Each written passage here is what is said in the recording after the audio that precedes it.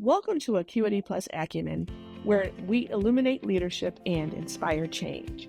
I'm your host, Deanna Armstrong. Today, we kick off a two-part series with Benjamin Magill, Associate Vice Chancellor at Dallas College, and Christopher Edwards, Assistant Director of the Economic Development Administration's BioTech Grant. Ben is the visionary behind the $8.7 million Good Jobs Grant, transforming the biotech workforce in North Texas, while Chris is driving equitable access through strategic partnerships like Panthera BioSolutions and Collin College. In this episode, we explore leadership, upskilling, and the evolving role of community colleges in workforce innovation. Let's get started.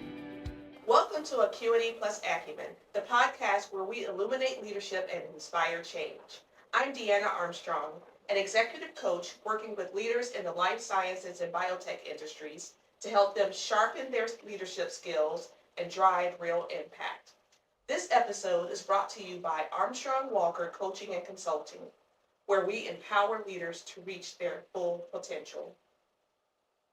Remember to subscribe on YouTube and follow Acuity Acumen on Apple Podcasts and Spotify. So, what does it take to lead in industries as fast-paced as life sciences and biotechnology? Today, we'll explore that and more with two incredible guests who are at the forefront of these dynamic sectors. Welcome, Benjamin Magill, Associate Vice Chancellor of Economic Opportunity, and Chris Edwards, Assistant Director of the EDA Good Jobs Grant. Welcome, guys, to the podcast. So glad to have you. And as you know, we'll have two different parts. One, we'll talk about leadership, and then definitely want to learn more about the exciting work you all are doing here in Dallas. So Ben, I'll start with you since you're looking at me. Sure.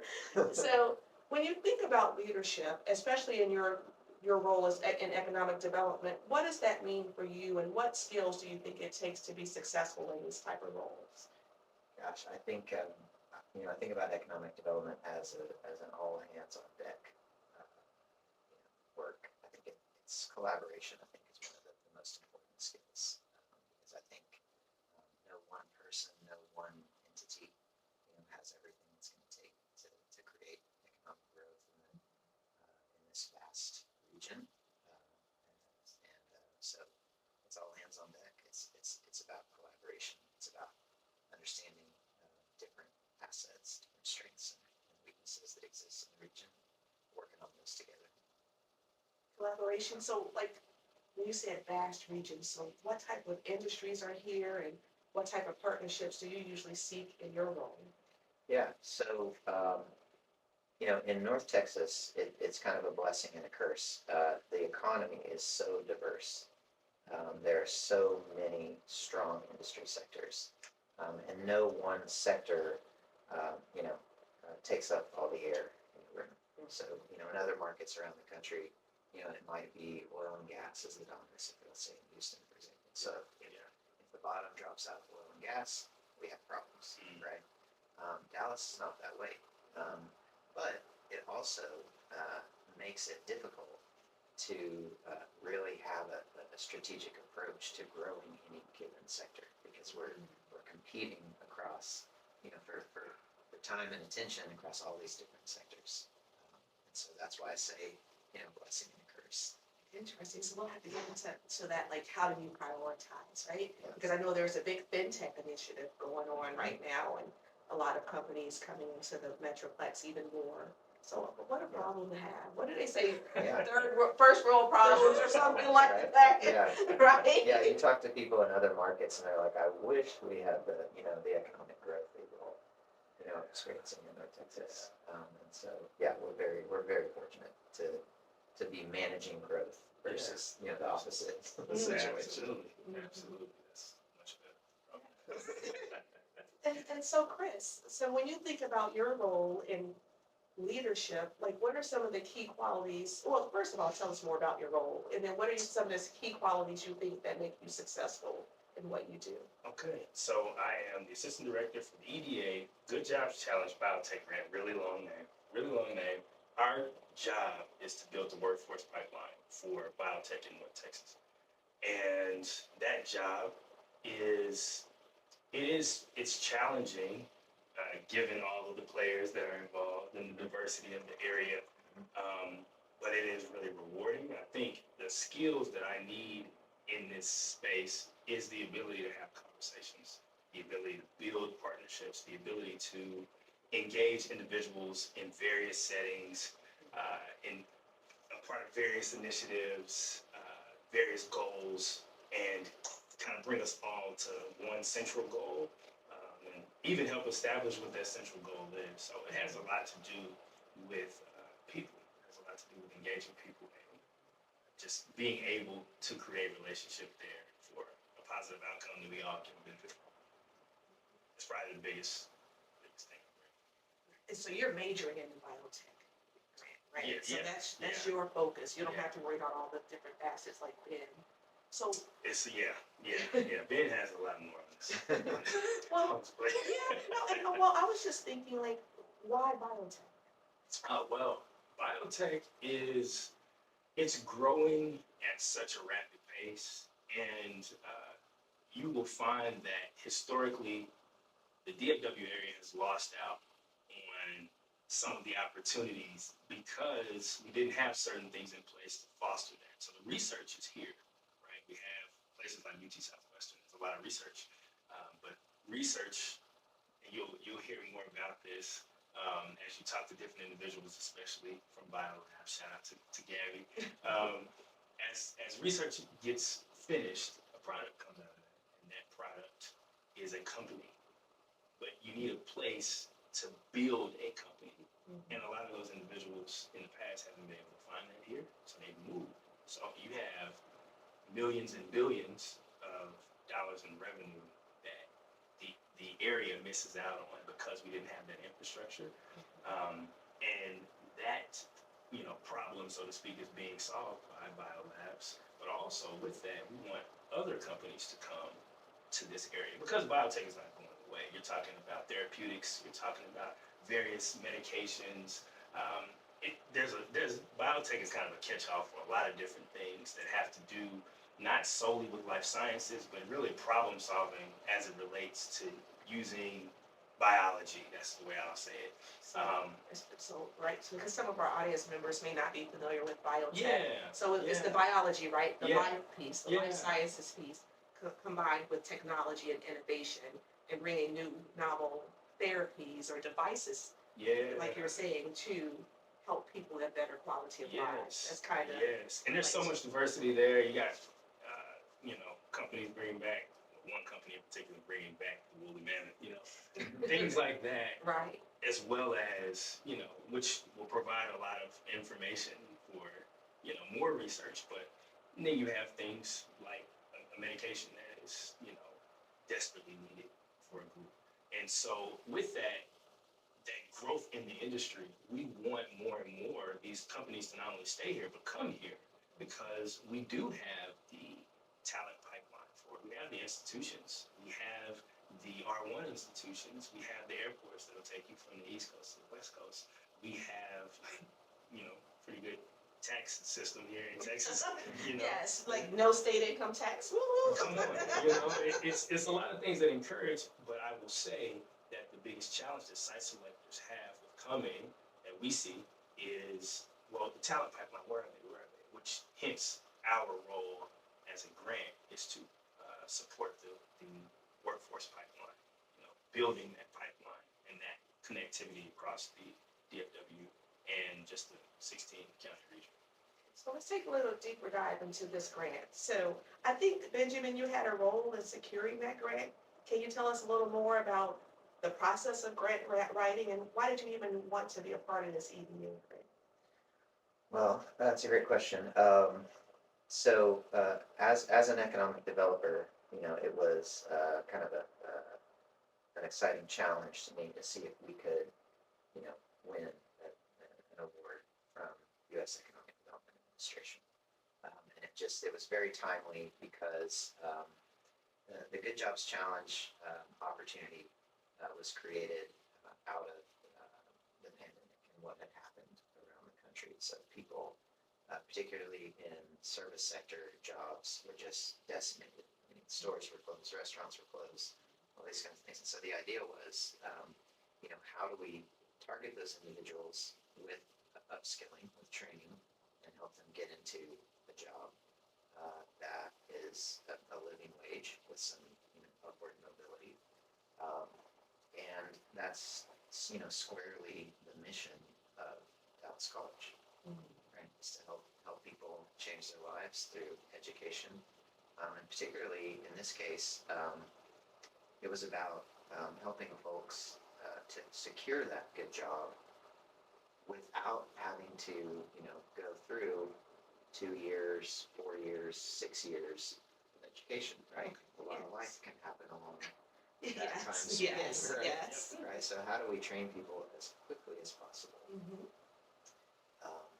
as well as possible, and get them into a good job and build a foundation? That's our mission. Dallas College, that aligned perfectly with this grant opportunity, and it just so happens we have an incredible team of grant writers, grant managers, and we at Dallas College have lots of experience writing and managing these grants. And so I leaned heavily on one of our staff members, and we wrote it. And I think the reason we are successful is that we built a really strong coalition. So while Dallas College is the lead entity, we were able to bring on Collin College, Tarrant County College, and University of Texas at Arlington as fellow training institutions, as well as a couple of organizations to help us keep industry at the table and make sure that we understand what industry is looking for in the folks that they want to hire. So we brought on BioNorth Texas and the DFW Hospital Council Foundation. So I think the key to that and the success was that coalition, building that coalition. Again, back to the collaboration that you were talking about, that's important when you're a leader in this type of role. So that's fantastic. And again, just what is the EDA grant and how much was it the award and how long does it last? Yeah, $8.8 million from the U.S. Economic Development Administration. 3-year grant. The first year was a planning, kind of like figuring out how we're going to do all this, how all these groups are going to work together, what type of training we need to offer, what it looks like, how we're going to get the word out, right? Market the opportunity, both to companies and to students. And we are in the 3rd year of that grant. Yeah. With a hopeful, Yeah. no cost extension for another year. Let's see what happens. Yeah. And so then you're a part of implementing. Yes. Yes. Yes. Yes. So as a person living in Dallas County, Collin County, like over in Arlington, how can I have access to this type of information, to this education that you all are talking about? Yeah, absolutely. Well, we do have a biotech website. Go Biotech is the website. GoBiotech.com. Okay. GoBiotech.com. And it gives you some of the roles in biotech, but then also shows you where you can get training from across the consortium. So Collin, Tarrant, UTA. That is how you can get connected. That's our major form for those who are not already somehow involved. And I'll explain what I mean by that. But also we have an ad that we just launched that we'll see. And that was a collaborative feat also, because a lot of it was actually shot at Panthera BioSolutions in Fort Worth.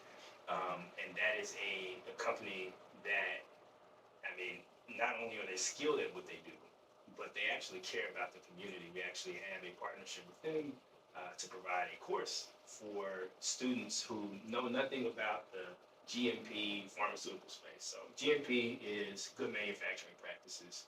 If you see CGMP, that's current good manufacturing practices. In other words, any of the medicines or any product that a pharmaceutical company is putting out, it has to be packaged well. It has to be assured for quality, if that's the way to say that. It has to be handled in a certain way. The temperature, the packaging, the documentation, there's certain requirements federally and just from a good manufacturing practices perspective. And so a lot of folks think getting into the pharmaceutical space, there is this big barrier, right? You hear big pharma and you think, well, I'm small, so I can't get in there. But they have been adamant. This is Jason and Arctic over at Panthera. They've been adamant about breaking down that barrier because it's actually not as hard as it seems to get in. This course, which is a 32 contact hour course, 4 weeks, is the exact type of program that Ben was mentioning earlier that can take someone from having zero experience in this space to having enough experience to actually secure a role in the GMP space. And yeah, yeah, that is a big part of the work, but also on the hospital side of this. So this grant not only touches the biotech by definition side, but also the healthcare space as well, a lot of the lab roles there. And so we are working with 8 of the hospital systems in the area to provide upskilling opportunities for their people, to CT, all of those different spaces. PCT. Patient care technician. And so these are the people who, depending on where, they might even do some phlebotomy. So they might be the ones who take your blood. They might be the ones that you see out front. It all depends. And so yeah, we're being a great resource as a grant to the hospital system to upskill their people and give them that upward mobility also. So it kind of spreads around. Yeah, and I think it's very important, right? We're in the age of machine learning with artificial intelligence and generative AI in particular that can do a lot of work that folks were doing in the past. So when you think about some of the statistics out there say that by the year 2030, right, 2030, generative AI will probably eliminate like half of the low skilled worker jobs that we have out there. So I think that's why it's very important for people, especially in North Texas, to think about how can I upskill, as you've mentioned a lot, or reskill so that I can remain competitive in the future. Absolutely. Right. And by 2030, that's not a long time away, right? I think about that. My little boy graduates in 2031 and he's in the 6th grade. So that's, how time flies. I feel like he just started kindergarten, but in another, few years, he'll be out of school and we'll be at that point in 2030. So I think that's even more of a reason why it's great that we have this here right in North Texas. So how can how much does the program cost? And how can I enroll? Program is free. It's free. So the grant is actually covering the cost of the tuition for these programs, which is that is how we support in an even greater way. Because, as Ben mentioned, we want to engage with individuals who might not have ever touched these spaces, but also are in underserved zip codes. And with that being the case, we want to, as a grant, support them on the financial side of that too. And if I can, I want to say something about what you just mentioned about AI. I think the key here is the transferable skills, because what we find out is that some roles might go away. That doesn't mean the skill set is no longer necessary. And we have found a important spot in transferable skills, even as it relates to doing the hospital upskilling. When it comes to those site selectors who want to come here, when they're looking for their talent pipeline, this is not Boston. So you don't see a ton of folks coming out with a biotech degree here, but they're transferable. Yes, right, yes. right. Yes. Keyword. Yes. Yes. And they have this whole infrastructure built up there because they've had years and decades of doing this type of work. We are building a thing at a really quick pace, I must say. And one of the things you'll find is that there's a lot of transferable skills from healthcare to biotech, from warehousing to biotech. There's these spaces, even GMP, right? You're working in a pharmaceutical setting, but when you look at the labor market intelligence data, what you'll find out is that the GMP space spans across industries. So you have pharma, but you also have food processing or medical devices. Each of these spaces might need someone with that good manufacturing practices background, and that is where we, as a grant, our top KPI is jobs. So what we want to see is that people get jobs. Well, let's say you are in waiting for that great biotech job. That company is 6 months away from, setting up their headquarters here. They're a year away. Well, you got to work now.